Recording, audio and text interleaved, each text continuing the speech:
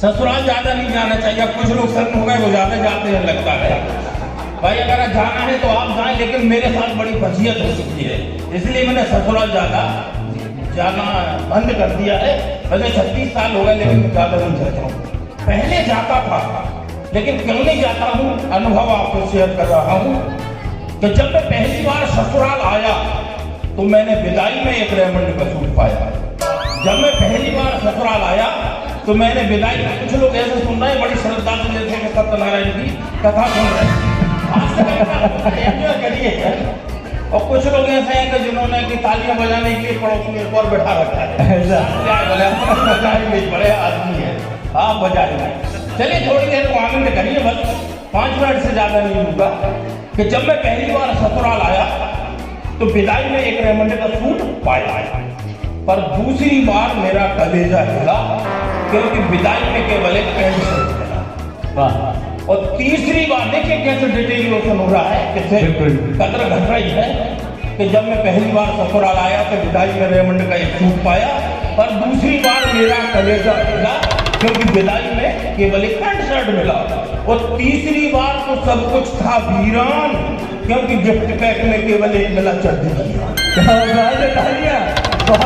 और चौथी बार तो और भी था बुरा हाल, क्योंकि पन्नी में लिपटा हुआ मिला एक रुमाल। और आप देखिए मेरा दर्द में क्यों नहीं जाता हूँ। इसीलिए अगर कहीं मैं 5वीं बार भी ससुराल जाता तो फिर ये तय है कि मैं बाबा रामदेव की तरह घर वापस लंगोटी में ही आता। लंगोटी में ही आता। क्या बात है, तालियां सर के लिए, शरद सर के लिए एक बार जोरदार तालियां। तो इसलिए नहीं जाता हूँ। अच्छा, हमारे सुरेंद्र शर्मा जी पत्नी का बहुत कविता सुना। अच्छा भाई मैं भी सुनाया करता था पहले, लेकिन सुरेंद्र शर्मा जी की बात और पुराने जमाने की थी, वो जरा मैं उतना पुराना नहीं हूँ। मेरी पत्नी खपा हो गई, बोली पत्नी पर कुछ भी सुनाते रहते। कभी अपने ऊपर सुनाओ जब मैंने तुम्हारे दुर्दशा की हो, और वैसे तो रोज करती हूँ दुर्दशा, दम हो तो मंच पर ये सुनाओ। तो मैं एक साक्षात परिदृश्य आपके सामने रखता हूँ जब पत्नी ने मेरी लानत मलानत कर दी थी। और वैसे अधिकांश यहाँ जो पुरुष साथी बैठे हुए हैं सबकी लानत मलानत होती रहती है। हमारे मनोज खरे साहब की भी होती होगी और हमारे अध्यक्ष जी की भी होती होगी, लेकिन कहते नहीं, कहने का साहस नहीं है, लेकिन मैं कहने का साहस भी कर रहा हूँ। कुछ लोग बड़े अपने मोबाइल में मग्न हैं। यहाँ कोई खड़ा हुआ है इतना लंबा चौड़ा आदमी है, छोटा खली, तो थोड़ा सा यहाँ ध्यान दें, फिर अपना मोबाइल चलाते रहे। तो देखिए कि दिवाली के अगले दिन गोवर्धन पूजा होती है ना। बिल्कुल सर। कि दिवाली के अगले दिन, अच्छा एक और आपको संयोग बता दूं कि दिवाली के अगले दिन की कविता सुना रहा हूँ। जी जी जी बिल्कुल। जब हम लोग यहाँ पहली बार नागोद आए थे रिश्ता करने के लिए, तो दिवाली के अगले दिन आए। अच्छा बिल्कुल संयोग था, और आज मैं वही पर कविता सुना रहा हूँ मैं। बिल्कुल सर।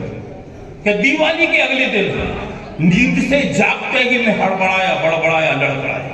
कि दिवाली के अगले दिन नींद से जागते ही मैं हड़बड़ाया बड़बड़ाया लड़खड़ाया और बीवी से बोला कि अरे भगवान सुनती हो, आज तो मुझे गौशाला जाना है और वहां जाकर वहां से ढेर सारा गोबर घर के आंगन में गोवर्धन की लेटी हुई प्रतिमा बनाने के लिए लाना है जी।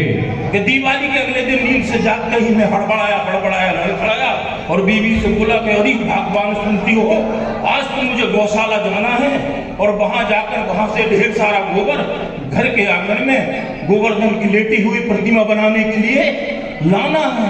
इस पर बीवी बोली आपका ध्यान चाहूंगा, बिल्कुल सहानुभूति भी चाहूंगा। इस पर बीवी बोली कि आपको गौशाला जाने की कोई जरूरत नहीं है, मैं परंपरा को हकीकत से मिला दूंगी और तुम्हारे दिमाग में जो ढेर सारा भरा है उसी से काम चला लूंगी। क्या बात है, क्या बात है, तालियां। काम चला दूंगा। धन्यवाद आज के लिए। बहुत शानदार सर, बहुत खूब। सर ने इतनी बढ़िया ये हास्य की रेखा रची है कि यकीनन सुनने वाले भी सुनते रह गए। और सर आपने कविता सुनाई है, कवियों का देखिए, हमारे जो भारतीय कवि रहते हैं उनकी बात बहुत अलग रहती है। कितनी अलग रहती है?